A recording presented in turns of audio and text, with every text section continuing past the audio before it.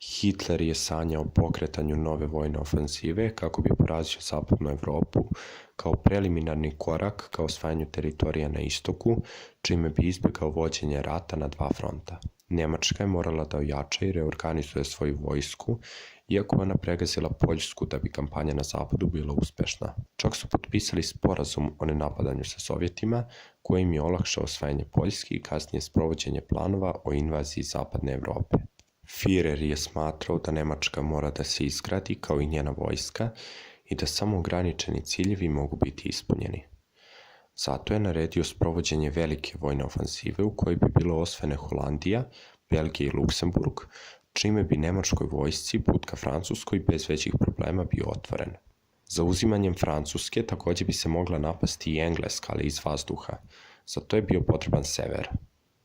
Bitka za Francusku ili pad Francuske predstavlja nemačku invaziju na Francusku i zemlje Beneluxa tokom maja i juna 1940. godine. Napad nemačkih snaga počeo je 10. maja 1940. godine, čime je završen lažni rat.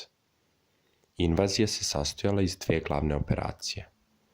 U prvoj, Fall Gelb, nemačke oklopne snage su prodrle preko Ardena kako bi onemogućile saveznički prodor u Belgiju. Mnoge savezničke snage su evakuisane iz Dunkerka u operaciji Dinamo. U drugoj operaciji Fall Rot, koja je počela 5. juna 1940. godine, nemačke snage su prišle s leđa Mažino liniji i tako su je neutralisali. Italija je objavila rat Francuskoj 10. juna iste godine. Francuska vlada je izbjegla u Bordeaux, a Pariz je pao bez borbe 14. juna, na što je Churchill tražio da Francuska i Charles de Gaulle nastave da ratuju u punoj snazi. Nakon što je francuska druga grupa armija kapitulirala 22. juna, Francuska je istog dana potpisala primirje. Francuska teritorija podijeljena je na nemačku okupacionu zonu koja se nalazila na severu i zapadu i na malu italijansku okupacionu zonu na jugoistoku. Na jugu oformljena je Višijevska Francuska, na čijem čelu je bio maršal Philippe Pétain. Francuska i Benelux ostali su pod nemačkom kontrolom sve do savezničkog iskrcavanja u Normandiji juna 1944. godine i pobjede saveznika koja je nakon toga usledila. Višijevska Francuska je imala sudsku i zakonodavnu vlast i u severnom delu Francuske, koji je okupirao nemački Wehrmacht.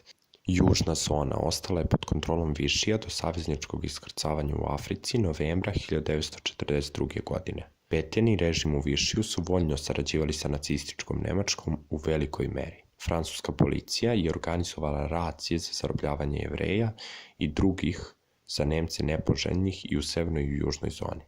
Legitimnost Višijevske Francuske i Pétainovo vođstvo osporavao je general Charles de Gaulle, koji je tvrdio da on nosi legitimitet i kontinuitet Francuske.